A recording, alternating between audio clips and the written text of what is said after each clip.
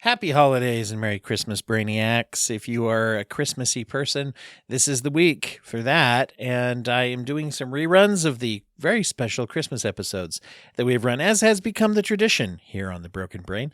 And today you get to hear one that came back from, I think, 2022. I didn't look it up, but it was either 21 or 22.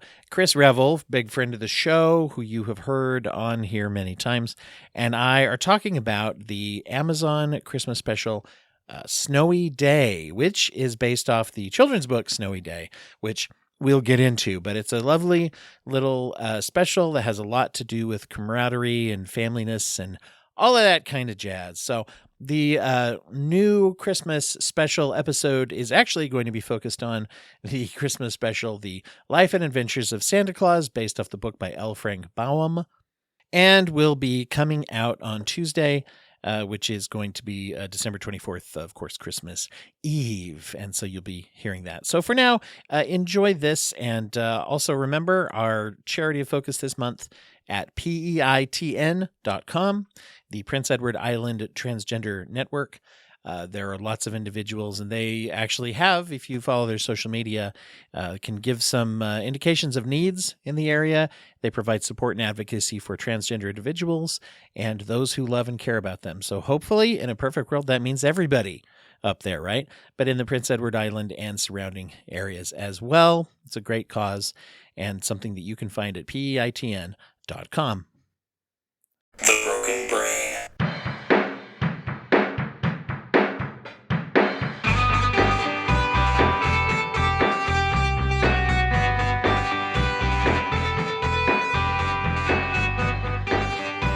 2021 is going to be the year for everything good to happen.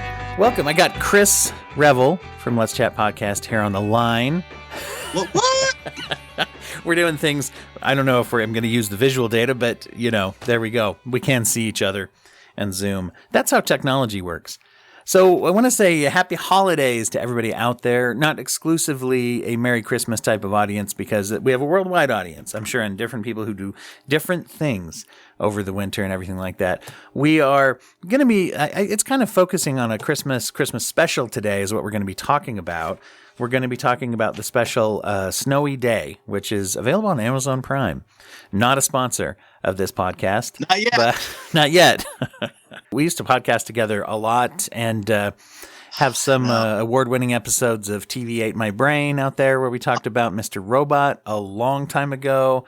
You've been on my podcast before. I've been on yours. Yeah. We just recorded an episode about DuckTales.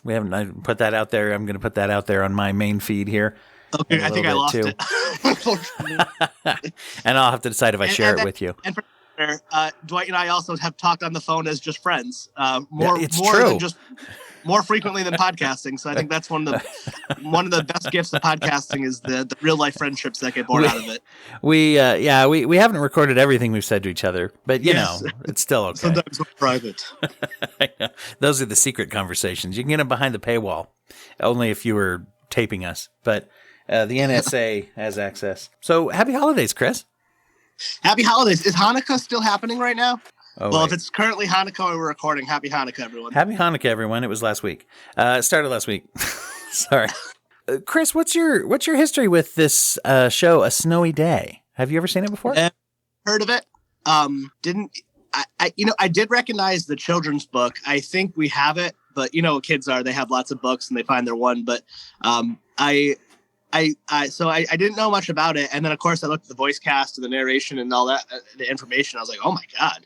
Yeah. And I thought the animation was just absolutely beautiful, but yeah, it wasn't something on my radar. And I have a 3.5-year-old. So if I try to show her something, she'll automatically hate it. So I'm not at days where I can just show her things anymore. So if it's not Thomas Train, I don't watch it. There is an element of that you get into, right? Where it's like, I don't know about this. She'll come back around when she processes things differently. I'm sure. Love, but I'm not going to try to show you this until next year. Well, and then she'll get into showing you things. So a lot of things you get exposed to because of them. One of the really interesting things about this is that it's very true. The art style is very true to the book, very close to it, by Ezra Jack Keates. is the author of the original book.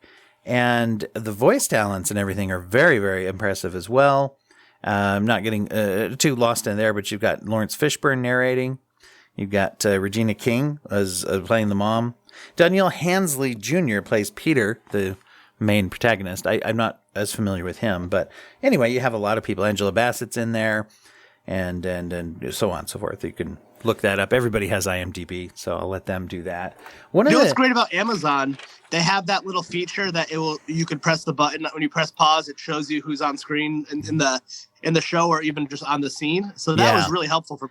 I really like that. It was nice to see that. Music, great, and all those kinds of things. One of the things that I went back as well, I looked at some of the older versions. You can go on YouTube, and Snowy Day by Ezra Jack Keates. There's several readings, audio readings.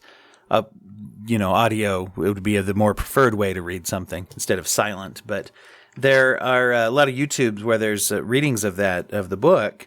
And a couple of things that are really interesting. I'm going to get lost just in the book. We'll talk about the special itself. But one thing that I was not aware of is that, let me back up a little bit. I had read the book a long time ago before, and I had forgotten that it existed when this came out in 2016, and then was watching it with my daughter a couple of years ago and realized that it existed as a Christmas special. Going back, not remembering much about the book and listening to it, the book is not really Christmas oriented. It's Snowy Day oriented. It is a snow day that Peter engages in. Doesn't really mention Christmas. I did also have some other books that feature Peter. There's a series: Whistle for Willie, Peter's Chair, Goggles, A Letter to Amy, Pet Show, Hi Cat, some others. I think those all feature Peter. I'm not sure about Hi Cat, actually. That's just a list I'm looking at, not by memory. But I remember that we had Whistle for Willie, which had to do with a dog named Willie and whistling for him. But it's interesting. There's a whole Peter expanded universe that you can get into out there. We'll see if that's in Marvel Phase 5. But yeah, I think Phase 5, when the X-Men come in, is when. Well, they are doing the Guardians Christmas special, so maybe Peter will pop up in that. I heard that. I had not. Yeah, I'm not sure if that's this year or probably next year, but. Yeah, I don't think it's this year. Yeah, I hadn't really looked too hard. It might even be 5 or 10, because they announced the next 10 years, so it might be a few years down the road. That's true. It could be 8 years from now. 8 years from now, we'll review that on that episode. 8 years from now, even if it comes out next year. So one of the things that is very interesting about this is that the author Ezra Keates was criticized for two things. This was actually kind of a controversial book when it came out. Very, very small book about a young boy. Nowadays, you'd think, why? Well, a black protagonist. And so it was actually banned from some school libraries way back when. It came out in 1962, I think. And that was controversial in and of itself. And then on the other side, some people have criticized it, saying that it was written by a white author, right? And so saying, did he really, know? Or whatever, that perspective of a young black child. So I looked into that just a little, and I will say, if you're interested in this, there is an article from The Atlantic by Michelle Martin called "Why Generations of Children Love a Snowy Day." And she talks about growing up in the 60s and early 70s as a black child. And she says here in the article, I had few books with kids who looked like me, even though my parents were educators.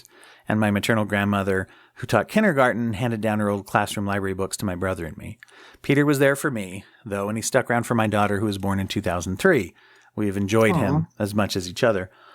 And, so it tells a little bit about that experience. She talks a little bit about all of the different textures, which is one of the great things about the animation of the book that they tried to preserve for the show.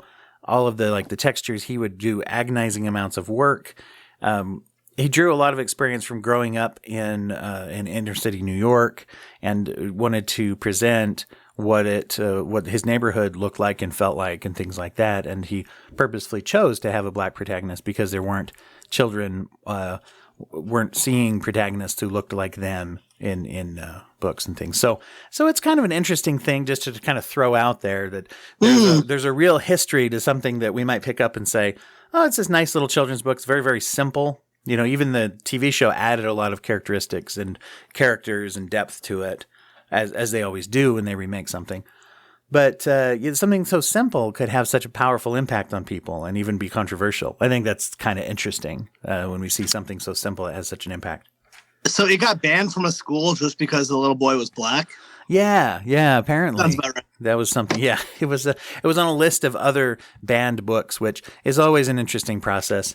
Interestingly enough, not Lord of the Rings. Well, that might be on there later. I didn't read the whole list. Harry Potter, right, is on there? Oh yeah, Harry Potter, and banned, out of favor now for different reasons. The author, but we won't get. That's not what today's episode is about. I'm actually not a Harry Potter fan, so I have no. So you haven't lost. I have no skin in that game. A mourning period about it. Interestingly enough, you see kind of both sides of these kinds of things where The Lion, the Witch, and the Wardrobe was what I was thinking of, has actually been banned for being pagan and having witches and monsters in it. And on the other hand, being banned for being too overtly Christian. So, a lot of times, probably not in the same library, but then again, could have been. You never know. So, that PR, that whoever's working that PR money is like, yes, this is working. We can, any news is good news about a product, I guess. But so I found one of the things I actually really enjoy about this show is the way that the neighborhood is depicted, because it reminds me of the neighborhood I grew up in, actually. So I guess let's say a little bit. Should we do a little bit of plot review? The special revolves around Peter. He's a young man, very young. It doesn't ever expressly say how old he is, but you get a vibe that he's pretty young. Yeah, like under 10, but and under also 10, like yeah. too, like if you ever know kids who grow up in New York or any major city, they're always just a little more mature. Like he's out there running around the city. I don't think they ever date when this is, but you don't see cell phones or anything, so you get the sense that it's like of the time when Maybe kids would just like back. go out until the it's like come back when the streetlights are on. But yeah, I just I don't know why. You're right. I didn't think of that, but I just assumed he was like 9. That's a pretty good assumption. I would put him in there. Yeah, somewhere I'd say between 7 and 10. Yeah. So that would be, those are the few numbers that we have to choose from if we're right. And one of the things that is remarkable is that the whole thing takes place in like this city block area. And you're right. You're absolutely right. In the beginning, what happens is he gets up and he's talking to his mom. He's like, it's snowing outside. There's a lot of snow, and that's exciting. And snow really frames this whole story. It's Christmas Eve morning. She's made him special pancakes. They make these like snowman pancakes, and he's excited for the family Christmas party. And one of the big features, I'm sure we'll get into here, is his grandmother's mac and cheese. And I think from... you see this in the eastern part of the country sometimes. I think it originates from the South, where there are people out there who might hear this show and say, mac and cheese, what's going on there? And it's like, no, you may not get it. And I think particularly in the African-American community, at least where I grew up, that was one of those things where a very traditional recipe that was oftentimes very, very, very good. Let's put it that way, and very detailed. A lot of butter. Yeah, exactly. You get a Southern influence where more butter makes everything better. So I think is that a nursery rhyme? Could be. So, well, it's funny because in my family, it's where my mom's side's Italian. So like I always associated pasta or lasagna with Christmas dinner, which is not the case for every family. So it's just so funny how all of us have that different Christmas meal that someone makes. And sometimes it's a matter of like cultural, or it's a matter of it's just the best food that person makes and they want to show off. It's a really interesting thing, and it's interesting that they choose that to really focus on. And Peter really has two focuses for Christmas: is the mac and cheese and the party. And mac and cheese at the party. That's one. Right? And then the second is that he wants a sled. He wants a saucer-shaped sled that he can take out in the snow, and that's very exciting. That's what he wants for Christmas. And so I have one of those. Yeah, I have a couple of those that I've taken the kids on before, and it's those are fun. Always fun when you see the right type of snow, and you're like, okay. And everybody probably has an area around. When our kids were younger, there was a school that had a slight hill, and now that they're a little older, there's another area in a park that has a much steeper hill. So with that happening, his mom sends him to his grandma's to say, can you help her bring over presents and the mac and cheese and such? And it really is, like you said, it's just kind of go out there in the city. She's like, I'm going to see you through the window. Grandma will see you through her window. And there's, kids out there playing and everything. So he goes out. And he makes his way, and he meets several people in the neighborhood on the way. And that's a big part of what I want to kind of emphasize when we get deeper into it. But he has these interactions with other kids and adults. It's just very heartwarming kind of interactions mostly. And then he wants to join a snowball fight. The other kids tell him they make up excuses. Too young, sorry, it'll uneven the teams. Excuses we've all heard when kids didn't want us to play with them when we were kids. So he gets up into his grandma's apartment building. He talks to her, mac and cheese, things like that, loads up on a saucer sled, which I'm burying the lead. She gives him his Christmas Eve present early, which is a saucer-style sled, right? And he's so excited. They put the gifts and the mac and cheese into the sled, and they start dragging that along the snow. Well, he tells his grandma how he's disappointed, and so she says, well, you want to even up the teams? I'll join you, and I'll throw snowballs too. And the kids are like, well, I don't know. And she's like, oh, you scared? And she joins the game so that he can do it. It envelops a lot of people on the street, the people we've met on the way over. All of a sudden, there's this big, great, joyous snowball fight.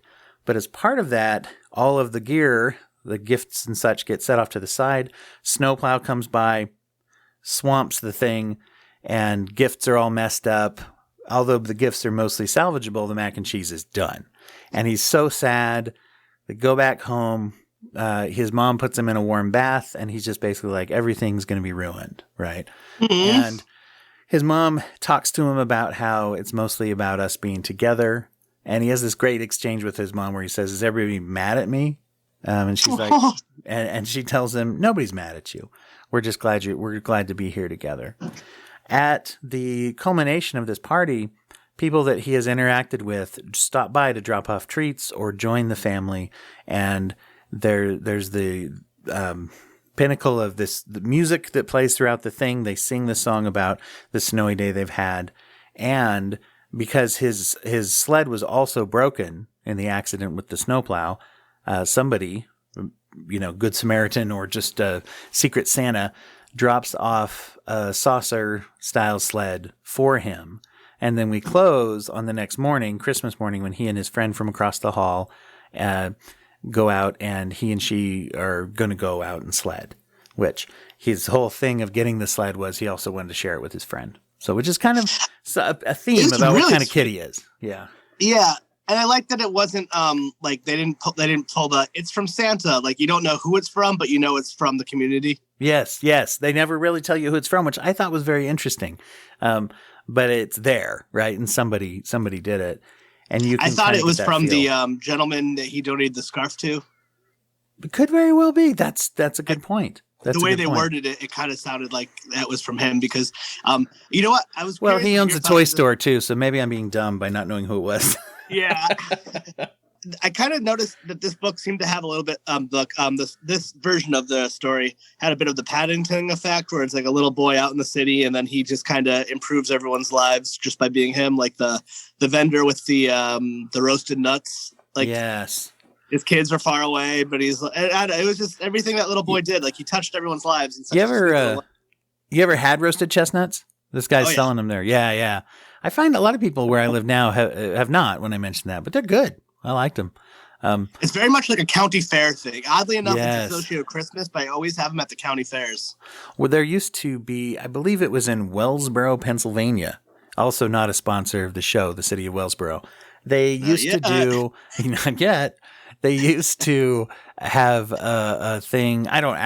They may still have this thing called a Dickens of a Christmas where you would go and they had the main street. Everyone was dressed up like characters from A Christmas Carol. And that was where I first had roasted chestnuts and some little, booth that someone was selling.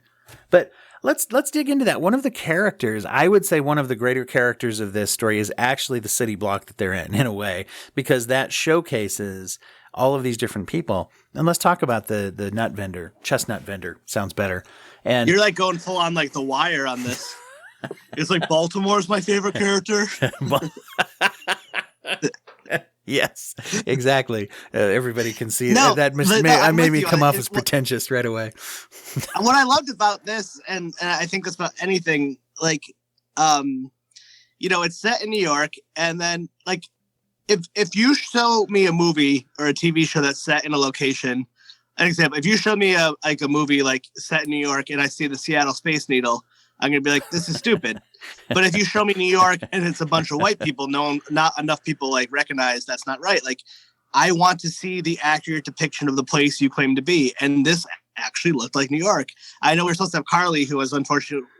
Couldn't make it today, but I believe, if I'm correct, she grew up in New York City. Yeah. I was hoping to wonder her experience, because I just assumed like watching this seemed like a very magical version of what it must have been like being a kid in New York City, where I grew up in the suburbs, so it was a different experience.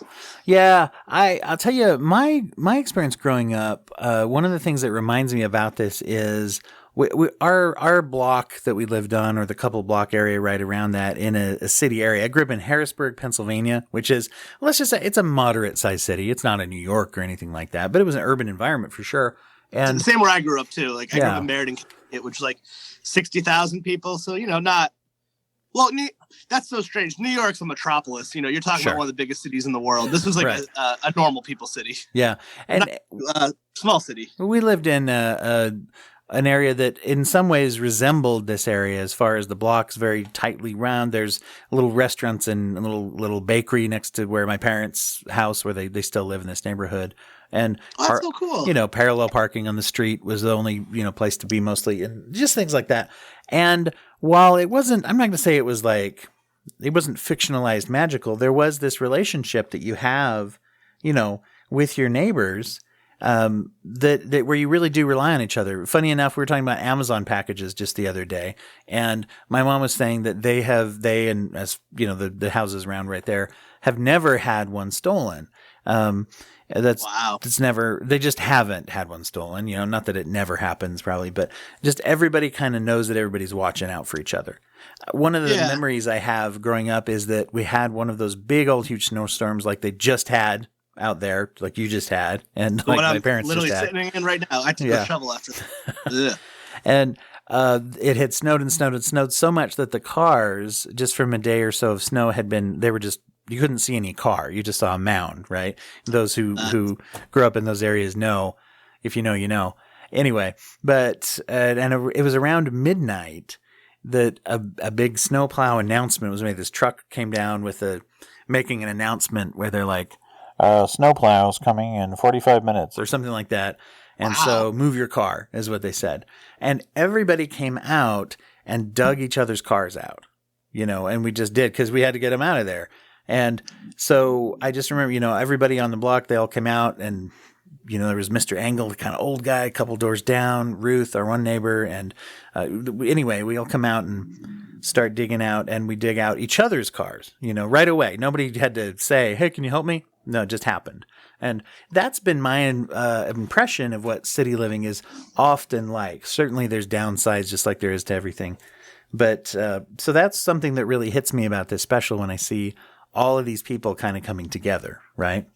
When I lived in Providence, I lived in the West End, which was kind of like I loved it very much. But we had one snowstorm. There was that year in the Northeast where it snowed like so much, where it was just. But we had gotten snowed in for 4 days straight, and it very felt much like that. Like we didn't have any kids yet, but we had a neighbor with a 3-year-old, so we would go out sledding with her, and but it was fun. Everyone would just fall out of their house and be in the streets because they weren't plowed yet, and we'd all eat at the neighborhood restaurant. We'd all have snowballs. It was magical. I mean, I'm sure when it happened, I didn't recognize the magic of it. It was more like, oh my God, how am I gonna get to work tomorrow? But looking back, it was really special. Yeah, and that actually ties in, I think, with Peter. One of the things about is this cool, whimsical kid. He's just enjoying things. He's being a kid, and I think they have it very true to being a kid. And let's hit Chestnut Man here real quick. I can't remember his name. He has a name, but it sounded like Danny DeVito, but I don't think it was. Yeah. And the character definitely wasn't named Danny DeVito, but he well, I don't think he had a name. I don't recall. Oh, I'm sure he did. I'll find it. Maybe I won't find it. Anthony? I think he was Anthony. In New York? Get out of here. It's a guy. It's like that scene in Goodfellas. Everyone's named Anthony. Anthony. Yeah. Tony. Anthony the Chestnut Man. he gives him a couple free chestnuts. And at that point, he talks to him about, wow, you got your family party. Isn't that great? All my kids have grown up. To which the Peter just very innocently is like, why don't you take the subway and see him? And he's like, well, they're in Philly. They're in California. That's not going to happen. Why don't you meet him halfway? You know what? That's good. And he just says, that's a good idea. And you get this feeling, I think that typifies what Peter is like in the way that he's influencing people, because you see that like childlike innocence to say, well, why don't you do this? Oh, you could do this. And it's like, there's that adult part of us that's just like, oh, I just can't see my kids. And then it's like, well, it's probably a little late for this Christmas, but you can almost see him going like, oh, why don't we do that? Maybe we should do that. And that child innocence kind of is infectious in a way in this story, right? Yeah. It's kind of sad. I gave him a backstory that he had a strained relationship with his children that he didn't want to get into, but that's probably from working in my field for too long. Yeah, that's a good point. Maybe you were like, did you abuse them? Like, what's going on here, buddy? Philly's not that far from New York. Yeah, Philly's really not that far. That's true. If for the listener, I'm on a medical leave for my job working in behavioral health, and I'm wondering if that's why I thought that. Could be. I'm a little burned out. It still works though in a way, right? Because the simplicity a kid brings to it. I've often thought about like adult conflicts. What do we tell kids, right? We have adult conflicts, and then we tell our children, just say you're sorry and say you forgive the person. I'm not going to do that. But I'm not going to do that. Yeah, exactly. I'm not going to do it. You should. But yeah. That's where kids. So who knows? Funny. Maybe Peter's helping patch things up with Anthony and little Anthony Jr. And like part of me is like, if your kids are in Philly, go to Philly. But then again, I'm like, this story is not about the chestnut man. I need to stop focusing on it. Yeah. I had to like get out of my own head and be like, stop trying to solve the problem and just let the conversation happen. And Peter did it so much nicelier. You say you're burned out. How did that happen? You're trying to save Anthony the chestnut man. A couple of thoughts about that too. I also noticed the effect that he had on the shopkeeper, Mrs. Lee, when she was shoveling snow, and he's like, "Oh, are you making a pile of snow to play in?" And she's like, "No, I got a lot of work to do." And he's like, "Oh, well, why don't we play first?" And she's like, "Well, you can play in the pile." And later on, invites her to the snowball fight, right? That's happening. That's and those kinds of things. And then in the end, she tells him, like, you're reminding me that sometimes right now is the time to have fun. Right now is the time to do it. Yeah. I'm not entirely sure, but that voice actor sounded like Miss Kim from Gilmore Girls. When I looked on the Amazon, it didn't mention that she was in Gilmore Girls. I could be wrong, but it did sound like her. She's played by Karen Hugh. And I don't know the Gilmore Girls actor's name. So I'm not sure. Interesting. But I really like that scene. Like, it's so true. Like, you and I have that today. Like, I woke up and my daughter's going nuts over this, like, just having the best day of her life because there's snow on the ground, and all the adults like me, and we're like, oh God, I got a shovel. Can't, blah, blah, blah. And I had to like kind of switch my like dad lens. I'm like, maybe we should experience a little magic together instead of like, ugh. And that is true. Snow has that effect on kids. When is the right time to go out and play in the snow? Well, it's right now. And whereas an adult, it's like, it's later on. We'll do it later. It's cold. It's like, it's going to get gross. Like I wasn't practicing my mindfulness or being grateful or in the moment or any of that shit. I was just like, ugh. I had just woken up, and their energy is a lot higher than yours when you wake up. One of the things that I really liked about the show is the way that Peter engages in the world around him. There's a lot of kid behaviors, and some of the things that struck out to me was when he was walking, and this is something that's in the book too, and is just very, very childlike in a way that I think we lose and wouldn't necessarily think of as an adult, which is when he's walking and he walks with his feet pointed out, then he walks with his feet pointed in, and he's just enjoying the tracks he's making in the snow. And, when's the last time you looked down and said, what kind of tracks am I making in the snow, and how can I make them a little more fun? I know. That's a very childlike thing. I remember I used to walk backwards so no one could follow my tracks. I'm like, but like, well, I don't know. I guess we were just like playing, but it would be like, my neighbors, my friends, and my brother would always do that. Like, all right, we'll walk this way, and then we'll walk backwards, so no one will know where we were going. No one will know. They'll think we stayed there. And to the credit of that thought process, you've never been caught yet. Not yet. Yeah. Not from snow, at least. I'm liking picturing you doing that when you come home from work. You walk backwards, so everyone's like, "Wow, he's still Like, here." what are you doing? Like, I don't want anyone to know what I was doing. Like, And who cares? It's gonna melt tomorrow. Your boss, of course, famous for tracking his employees by footprints.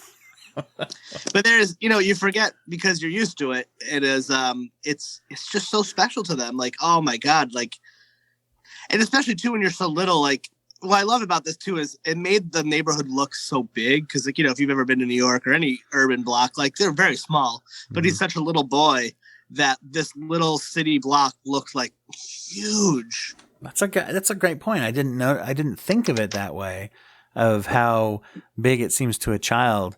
And you have these like huge snowdrifts from his perspective and things like that. They're bigger than him. Yeah. Yeah. And he's what, I don't know, I'm assuming like 3-4 feet tall, but if you have a 6-foot snowdrift, like he could climb one where I would just look at him like, oh, that's cool. But like, I know there's something, it brought back some really beautiful memories of like growing up in the snow with my friends. And one of my best friend neighbors growing up died, maybe 5 years ago. So I had a lot of memories with him. So I was like, and I grew up in Connecticut. I don't live there anymore. So I don't know anyone who knows him. So I don't think about him often, but it was giving me all these memories like, oh, I remember being that small and having snowbanks being like 10 feet high. And then you'd climb up them and make igloos and like just, usually snowball fights and or we would like try to sled down them and make jumps. But like, it was really cool. Like there's something special about being like 3 or 4 feet tall and having snow that's like, looks like Mount Everest and you can climb it, and if you fall off of it you don't like break anything because it's snow.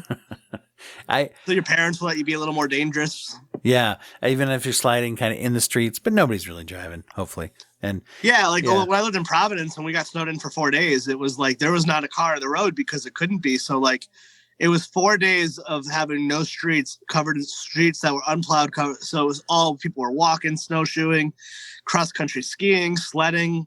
And it was magical. It was so much fun. I mean, like, especially when you get snowed in for a while and everyone piles out of their house that one day and you're like, I haven't seen you in 6 months. What do you take from the mac and cheese being destroyed? Here's this pinnacle. Peter mentions that even more than the sled that he wants, right? That's the thing he's looking forward to. There's obviously some symbolism there of what that represents. Well, it's about his grandmother, family. Like that's Christmas or holidays is always about the food. It's always about like, it always seems to be the grandmother, at least in my family too, who makes the really good food that even my family now, my mother-in-law is like a fantastic baker. And it's just like, there's a great saying about how like when people when you buy a book, it's not about reading a book. It's about the idea of having time to read the book. I feel that way with food. It's like, it's about the mac and cheese, but it's also about the sitting down, eating with grandma. It really wraps up this idea of what the family party is about. In fact, his expectation, of course, is that the family party is no more. And he even asks at one point, if we don't have the mac and cheese, is it still really even Christmas? Right. Yeah. And it's like he's losing his tradition. I wonder if it's like he just has this setting in his head. This is what it is. And like, just because he's a kid, we've had it every year. If we don't, I wonder if it's just more like something like we've had it every year. If we don't have it this year, is it still Christmas? Like it just doesn't process with him. It really represents Christmas in the story in a way, but then it represents also, in many ways, it's similar when you watch like The Grinch Stole Christmas, right? And the presents and everything, that there's that focus, and then the focus turns out to be, no, it's actually something less tangible than that. And it becomes all more about the people that are there. And as you see the people arrive at the party, this is what it delivers a point that I think is really key to this whole story. As it's played out, the main focus I see is belonging, is the idea of belonging to something, right? Community and exactly. He invites the baker to really come good. In. Yes, I thought that's one of the things I that was really still can't get over the powerful animation. Absolutely It's fantastic. Gorgeous. Yeah. It looks like a book, like the way Spider-Verse looks like a comic book come to life. This looks like the children's book in motion. Exactly. I think that's exactly right. And bringing a lot of those textures and patterns and things, which once again, I was surprised to see were exhaustively researched and experimented with by the author. He actually would take paper and dye it different colors and different fabrics to decide how he was going to do it. Put a lot into the book. And it was a white author? Yes. Yeah. apparently. I'm wondering if the criticism came from people of color or other white people, because that would matter to me. I think if it's a white person, it's like, I'm like, eh. Yeah. I don't know about that. I'm not sure. I didn't really say that. So one of the things, though, about this idea, he invites the baker to come to the party. And I don't know about you, by the way, if a child invited you to your neighbor's Christmas party, I don't know if a 7-year-old said, "Hey, come to this party with my family." I don't know if I would assume I was invited. I'd go. See, if I knew about that maybe that's because that's how good the mac and cheese is. It's like known throughout the neighborhood. That did factor into the invitation. It's true. I'm not even kidding. I'm 100. If someone invited me to something and I knew there was going to be like some famous sort of like home cooked meal, well, in the modern era, I would probably like send a text or something. But yeah. I took that more as like the neighborhood was so close knit, right? That, like they all knew each other. No, like, of course, exactly. The baker knew his family, and that is, of course, and there is that tightness that they had, and the idea of belonging. Just even when he talks to Anthony about missing his kids and things, I think the powerful part of that message for me was when his grandma takes him to the snowball fight, and it's interesting in the book. There's a snowball fight, and the only thing it says is some older kids were playing snowball or throwing snowballs, and Peter knew he was too young to do it, so he built a snowman instead or something. And it's just a little, once again, just a little cute, whimsical thing in the story, but they really make a deal of it here where grandma gets involved, and you get the idea that this is a pretty awesome grandma already.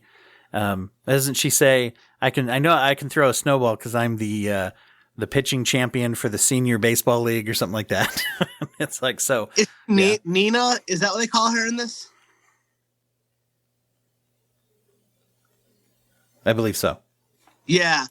What? Because my brother, my nephew calls, and my niece, they call their grandmother on my sister-in-law's side Nina Papa. Nana. And they're Portuguese, so I think that was cute that like they didn't call her grandma. Like my mother-in-law is Nona, which is the Italian word for Gotcha. I just love all that stuff. The little nicknames, they're so cute. Yeah. The name, as they call her Nana, and her voice talent, Angela Bassett, is grandma in this story.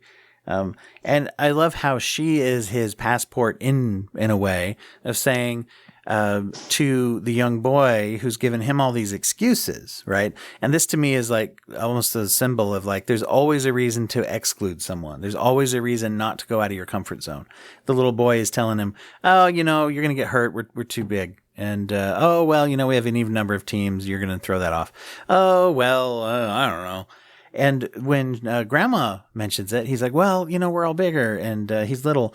And grandma says, "I remember when you were little and you wanted to play," right? And that's when he says, "All right." And so there's that it's like you can see him switch now to say, where's the reason to include, right? Where's the reason to let someone in? And I think that to me is like the really key part of the story. And I think probably why it's so heartwarming, really, to me. Yeah. Especially that this is like a book in the 1962, like, there's not a lot of children's book with black leads as well. So like, I'm sure the Amazon show, I'm assuming that the people involved making this probably grew up with this book as well. So like, there's a deeper level of inclusion beyond the snowball fight. Mm-hmm. Yeah. And it captures, even though that's an added part with grandma, who doesn't really even appear other than theoretically, I think, she doesn't even appear at all, I think, in the book. But that part is added. It encapsulates the spirit of these kinds of books, I think, of trying to say, like, here's this character who's now included on the shelves and in the literary world, right? And has made a tremendous impact. And so, it's not too much of an extrapolation to then say, let's bring that in here too. And ultimately, I think that is the message that Peter gets, is that everybody's together. And that's the idea. And he's already prepped for it because he's already inviting people and telling people, go with your family. Oh, come over with us. Come on, have fun. And so you get that. One of the things I also noticed is that when Mrs. Lee comes over, she brings pasta. Well, noodles is what you call it in the Asian culture. Right? But she brings noodles, And she even says, "Oh, it's not the same as mac and cheese, but here's this." And so it's different, right? So to me, that's significant. It's different, but it's still just as good to be together. Yeah, absolutely. Yeah. It's like, you're sharing. I mean, I'm a huge Anthony Bourdain fan, rest in peace. And, food is just about sharing, and it's connecting, and also those noodles look damn good. Is it me, but did the style of animation make all the food actually look like really It did. good? Like, I want to go there to that party. I want that mac and cheese so bad. I want the snowman pancakes too. Oh my God, they look so yummy. So let me ask you, do you have any Christmas tradish coming up? So my wife and I will watch all of our favorite movies and television episodes of Christmas. And we also have a competition of who can buy the other one the best gift or gifts. So we get a little competitive with our gift giving. How are you doing this year? I mean, don't kick her ass every year. I whoop it. Because the key is, like, even if you lose, you win. Even if you win, you lose. It's win-win. You get more presents. Right. And then, and then, we growing up, my family, this year will be a little bit different for obvious reasons, but exactly. But we always would do Christmas Eve. Usually is the bigger holiday, especially in the Italian culture. It's like our big Christmas Eve, and then we'd see like spend it with my family. When I was younger, we would spend it with my mom's extended family, and on Christmas Eve, and it would literally be 100 people in a house, nice. And it was incredible. Like, I would bring friends sometimes and girlfriends over the years, and they're like, "Oh my God!" I'm like, it's not normal because there's just. Like Goodfellas, there's 700 Anthonys.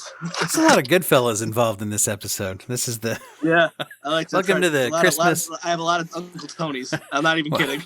Welcome to the Christmas episode of the Goodfellas Fancast. Oh God! Well, I mean, the Sopranos Christmas episode is one of my favorite ones. Oh no! Pretty much, it's a lot like this. It's a lot like Snowy Day, if I remember. Pretty much, you find a grandma. Peter falls asleep, finds out that his best friend was stealing H as an undercover agent to the FBI, and you have to murder him on a boat. Is that? Yeah. There you go. I didn't catch that part, but Angela Bassett really pushed for that. I don't know why. She's like, let's clean this up. No. Yeah, this isn't a script where I walk. But so that's a big one. And honestly, food's a big one. Christmas cookies. My mother-in-law for the last decade now that I've been part of this family, maybe the 7 types of fish on Christmas Eve is a big one. Oh wow! And then Christmas cookies. And then I don't like fish, so they have to make pasta. So they make me pasta. And then now my newest obsession is bacon wrapped dates from the last few years, so I request those. That sounds good. Yeah, Thanksgiving. I fell asleep at 3:00 because I ate too many pigs in a blanket, and which are like little hot dogs wrapped in like the thing, and bacon wrapped dates. I didn't even eat turkey. I fell asleep at 3. One of the things that we used to do when I was growing up is my mom would actually pick a theme and make things. One year it was like an English Dickens type of theme, and she made Cornish game hens. And then one year we did kind of a Caribbean theme because my dad was connected to the Latin culture and things from time that he'd spent in Central America. But so we did like this like black bean soup with mix-ins and stuff. And so there's and now with my family now, it's funny, we actually put a lot of emphasis on the week in between Christmas and New Year's. That's often when I'll take more time off. And same. We'll usually try to get something like years ago, Mario Kart was one of the ones we got for that, and we spent time doing that. We'll still spend time playing games. Well, we'll still do Mario Kart, obviously, and we try to find sometimes some games and things that we can play in between. And so those are some things that we do. Oh, you actually remind me. One of the other traditions on my dad's side is English, and my grandparents longer with us. But every year we would have dinner with them on Christmas Day, and my uncles and cousin would come down from Massachusetts, and it was always really special. And my grandmother would always, because they're Unitarian, it was if people don't know much about them, they're like religious light. We would have like it would be like we would have a prayer, but because she was Unitarian, it was a moment of silence to choose how you choose. So if you didn't want to pray, we would go around to say what we're grateful for. And then because my grandfather was from England, had these little like pop toys. I don't know what you quite call them. They're like very old for English tradition. And crackers? They're like, you pull them apart and they blow up? Yeah, and then they Yeah. pop, and then there's like a little toy, and they make these fun hats. Yeah, crackers. Yeah. Yeah, we would do that. And we also have this book that growing up I loved that I thought everyone loved, but turned out it was just because of our English heritage, called The Tall Book of Christmas. So that's another one. And I've been reading that with Felicity a lot. And I have to shout, I don't know if my dad will ever hear this, but my dad, Grandpa Bill, recorded some of those books in audiobook for Felicity to listen to. Yeah. Because she's 3.5 and they live a couple hours away, and obviously because of the reasons we don't get to see each other as much as we like right now. So it's been kind of really rebuilding that tradition. I guess I have a lot more than I realized. And then my wife gets a Christmas card, goes all out for a Christmas card every year. I think that's become a new tradition, and that's becoming a lot of fun too. I like so you're assuming it's your Facebook picture that you guys put out with the sweaters. Yeah. The Star Wars sweaters. Christmas sweaters. That's Yeah. Seems to be Star Wars themed. I need to get a Baby Yoda one. Oh, maybe. Well, there's still Santa, or maybe the guy who owns the toy store will drop one off. So. Oh, I know. But Peter, he donated that sweater to people in need, and he got a little twinkle in his eye, and it really made me think that he's like, I like this kid. Yes, absolutely. Misled. It made me a Home Alone. How could you? Yeah, and that instinct once again to help and reach out, is one of the things that typifies Peter. I keep using the word typify. I'm going to look that up afterwards and realize it's not a word. That's a real word. I'll go through and edit it out if it's not. I'll edit in something that sounds smarter. That stays in or I walk. You and Angela Bassett. Oh my gosh. Me you guys. and, famous prima donnas. Well, real quick before we go out, I have a quote from the end of the show and the book that I want to share. But tell people about you real quick. Where can they hear Chris Revill? Where can they get more Revill and reveling for the holidays? That is a great question. Well, thank you for asking. That is thank you. That's a lot of places actually, and that used to not be the case. So I'll give you the quick rundown. So I host the podcast Let's Chat with Chris Revill, which is where I interview guests from the worlds of punk rock, podcasting, and pop culture. That comes out every other week. Our most recent episode, if you're listening, we just had Taylor Morden, who made, I think, my favorite documentary ever, if not one of, called The Last Blockbuster. So I really recommend everyone check that out. I'm excited for that. Yeah, I'm excited to hear that and watch that documentary. It's very good, but it's not about Taylor right now. He's on like the New York Times and CNN, so he's got enough press. This is about me. You've had some great guests over there, not just me, but no, because I just know you've had a lot of people who've done some pretty remarkable things. Yeah, thank you. I've been pretty fortunate. If you can see my Bob's Burgers blanket behind there, I've had some of the writers. It's pretty much anyone who makes art that I love. I'm like, I need to talk to you. It's a great thing about a podcast. And I sometimes co-host Let's Chat Live, which is a YouTube video podcast. Video chat show hosted by my producer Seaball and business partner producer Brianna Benjamin. I am on there sometimes, and then we recently founded the Let's Chat Club, which is an online community, which is a way to help people kind of build infrastructure and expand their brand for creatives. There's a private Discord. We have a private Facebook group as well. A lot of different opportunities. And Dwight is one of our members as well. And we've got a lot of stuff going on with that. So you can find us on letschatpodcast.net. So Let's Chat started as a hobby for about 6 years. And this last year I teamed up with my business partner, producer, who I know you know and also love, Brianna Benjamin, who is the most wonderful human being in the world. People should find her through the Let's Chat stuff and hire her to do that for their show too. Yes, hire Bri if you can. She's incredible. She's our website. Her and Robert are great. So that's her husband's helping really make a go to do. Her husband's helping to do some subtitling and some things like that on a video that for a podcast I produce as well. So yeah, really cool people. Yeah, great people, and it's so we're really, the Let's Chat Club has been really fun. It's a great way to kind of work with like-minded people and try to grow our brand and create infrastructure to monetize and either make this a hobby that pays for itself or a hobby that can turn into a career, which is what I'm hoping for myself. Nice. So please check us out, and I'm on @Let'sChatPodcast, or we're @Let'sChatPodcast on Facebook, Twitter, Instagram, and I'm @Let'sChatRevill on Instagram and Twitter. Excellent. Yeah, and people should go back and check out your back catalog as well. Once again, good guests. I think Can I ask you? I've drafted. I've got. I know I got at least one or two guests that I introduced myself as a friend of Chris Revill. Since you were on his show, will you please go on mine? And I know that's helped me out too. That's why you want to join Let's Chat Club, because we've had some cool. We got some connection. Can I ask you? Are there any episodes you like? Because as you know, when you do a podcast, you don't ever know who actually listens to it. Yeah. So I'm now not ashamed to ask people, like, can you tell me the ones you like? Because I've never listened. I've never listened actually, but no, I'm just kidding. I really liked your episode with Travis McElroy of My Brother and Me, and really nice Can I Pet Your Dog and Schmanners, and very big podcaster guy. I really liked that one. I really loved your episode with Tad Stones, who was a creator. Oh, Darkwing Duck, baby. Yeah, on the original Darkwing Duck, and had a lot to say about some of the modern things. Really positive guy, and a lot of his artwork made me follow him on Twitter, which made me see a lot of cool Rescue Rangers and DuckTales and Darkwing art that he puts out. They're all getting rebooted too. Yeah. We won't get into the sad news about DuckTales though, about this being the last season.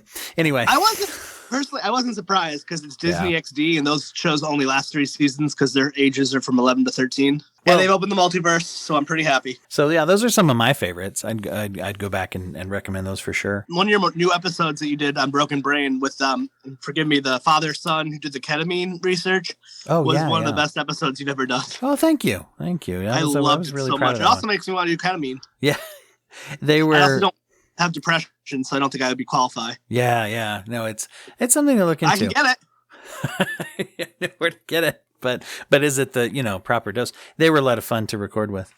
All right. Well, we are at the end of today's show. Let me tell you my the quote that I want to go out on at the end of the show was when they're looking outside, and after all this adventure, Peter's at the party, and he and his friend from across the hall, Sheenie, are looking out the window. And you got to imagine this in Lawrence Fishburne's voice, or just go, watch the show. He said, outside, new snow was falling. Today it turned out all right, and tomorrow was going to be even better. So that's a good hope quote. That's true for everybody out there who's listening. Happy holidays, whatever you celebrate. If you do, if you don't, either way, whatever that means to you, and hope that you're in a place where today will turn out all right, and tomorrow will be even better.